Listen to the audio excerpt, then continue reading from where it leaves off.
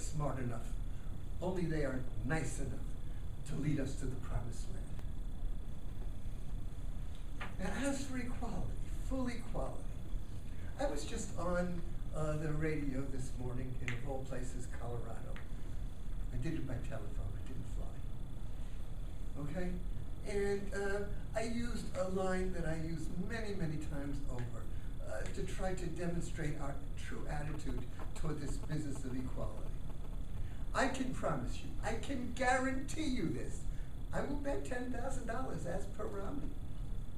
One thing you will never see if you go to a Braves game is a group of Braves fans standing up and chanting in unison, "We're number 5. We're number 5. Nobody wants to be number 5. Everybody wants to be number 1. We want to be better than other people. We don't want to be worse. No one wants to be the last. That is absolutely for sure. So you get a world in which everybody wants to be best. How are you going to get a situation where everyone is equal? People compete to be better than others. We compete for fun, for heaven's sakes, in order to be better than others. So a world where this is going to disappear, well, that's a world in which there are no more people. We're not humans anymore. Interestingly enough, this competition for priority is one of the glories of our species. It's one of the things that has made us as a species successful. We try harder. We try to. Why the heck am I writing books if I don't want to be better than most folks? I'm not a clam. I'm a human being. I want to do good work. I want to be respected for doing good work. I assume that folks like Isaac Newton did the same thing. And that what didn't hurt us, it helped us as a group. And oh, by the way, even those folks who believe in equality, they don't want just any old person to be the president. They don't say, Obama, Romney, makes no difference. Oh, let's go out in the street and pick a guy off the street and make him president. We're all equal, all the same. No, they assume that some people are better than other people, smarter, better intentions, more experienced, will do a better job. And they're absolutely right about that. This business of we're all equal, that's just a fantasy that nobody lives with. Even little kids in little leagues where they don't give out trophies and they don't count which team won the most games, the kids know who won, and it matters to them who won. So this business of complete equality is silly. But nevertheless, the liberals, they want to protect the underdog, the weaklings, to bring them up to the top. Small problem with this. They don't ever seem to run out of underdogs.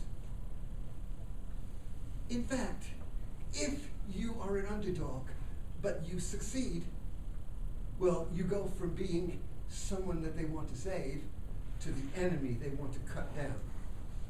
And the best example I know of this is the Israelis. When Israel was new and struggling, and there were, 3 or 4 million people against 50 or 100 Arabs or whatever it was, 100,000 million, they were out there, and I go, oh, okay. We're on the side of those plucky Israelis. And then they had the temerity to win.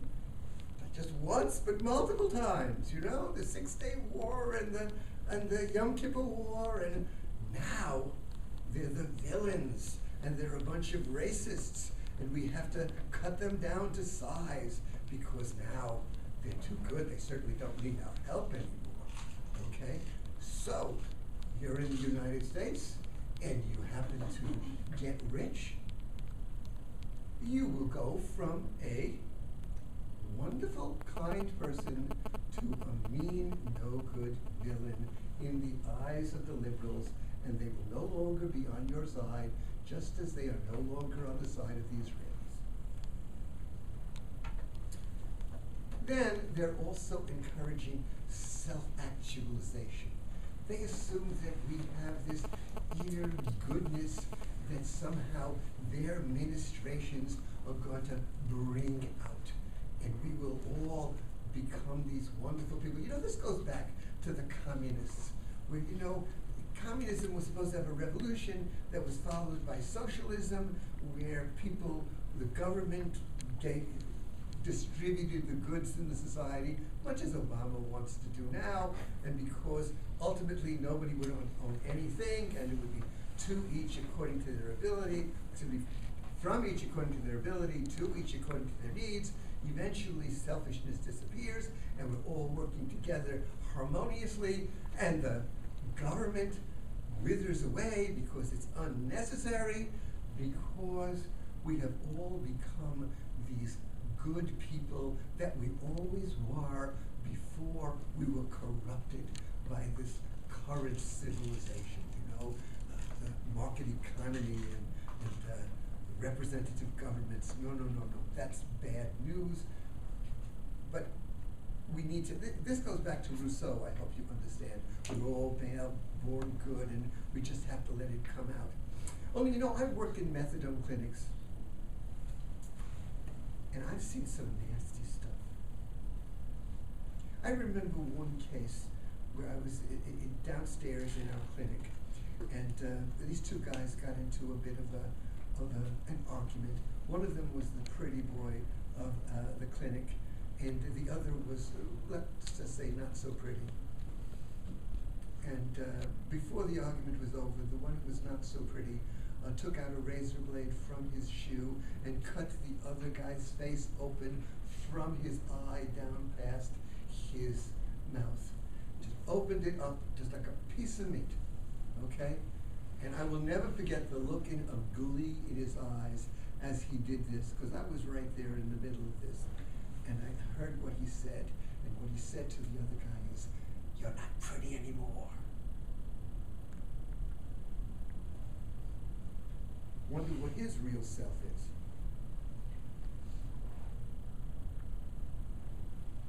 And then we come to this total niceness. Everyone's going to be nice. Because we know already that the liberals are nice, and if they can just teach us all to be like them, we will all be equally nice to everybody else. Only how come the liberals are not nice to me?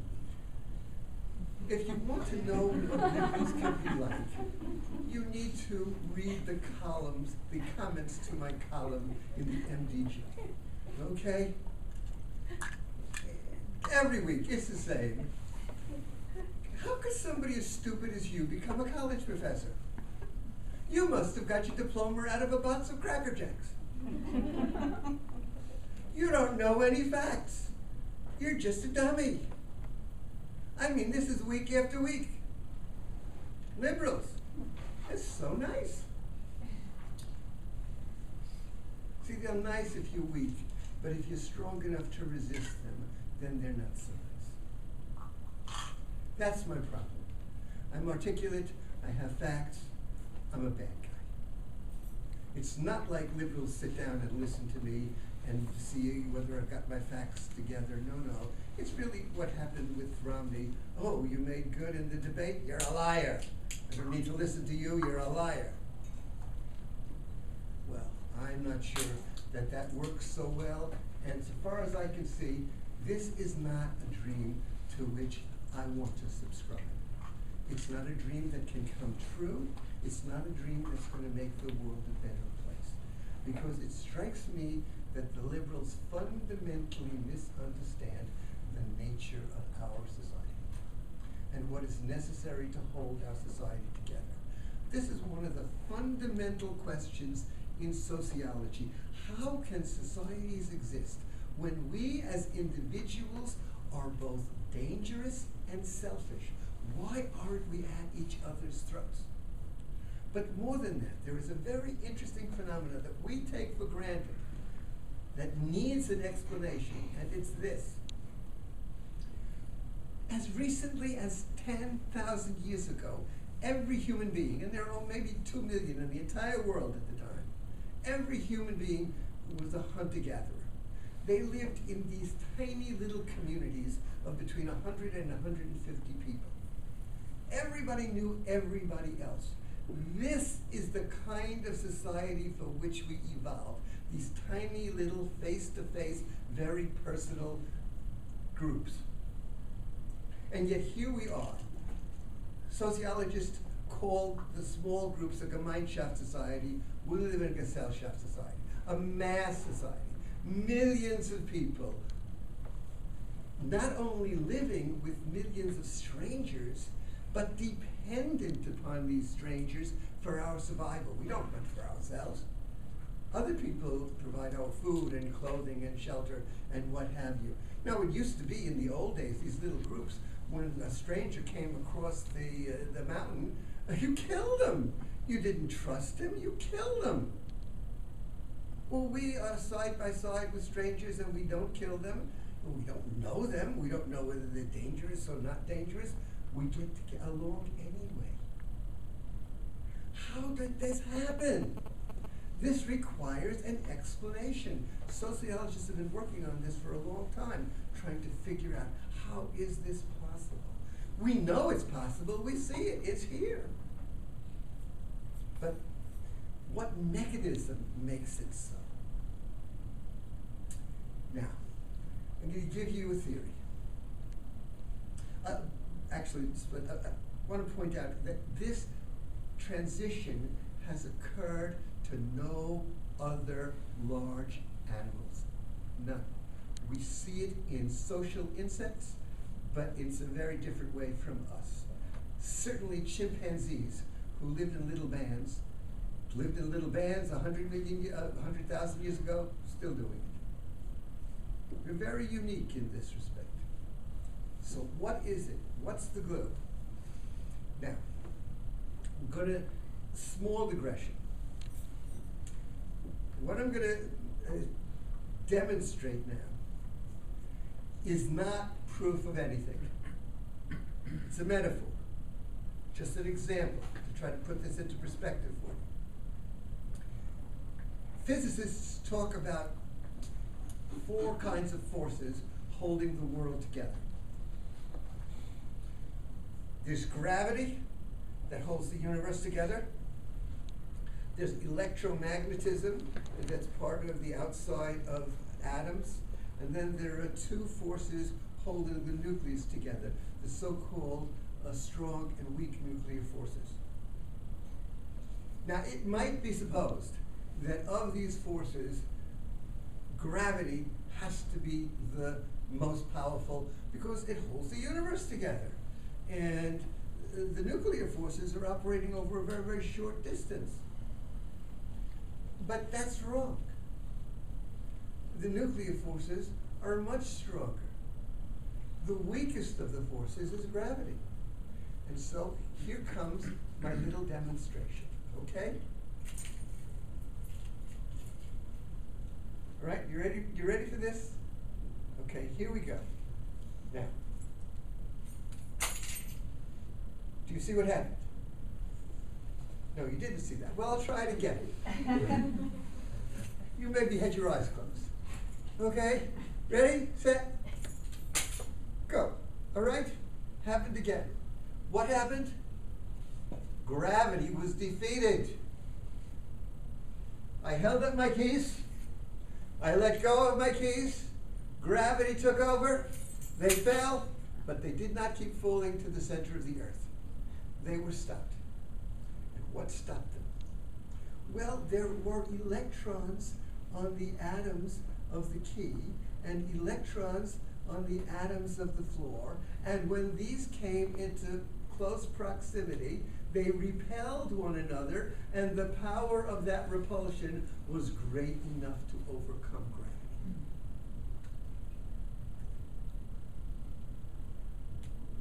Which brings me to what I call the inverse force rule. The inverse force rule is this. The forces operating at large distances tend to be weaker than the forces operating at short distances. It seems to be backwards, but that's the way it seems to be. And so I am now applying that to societies, and I am saying that the forces that hold small groups together are more powerful than the forces that hold big groups together.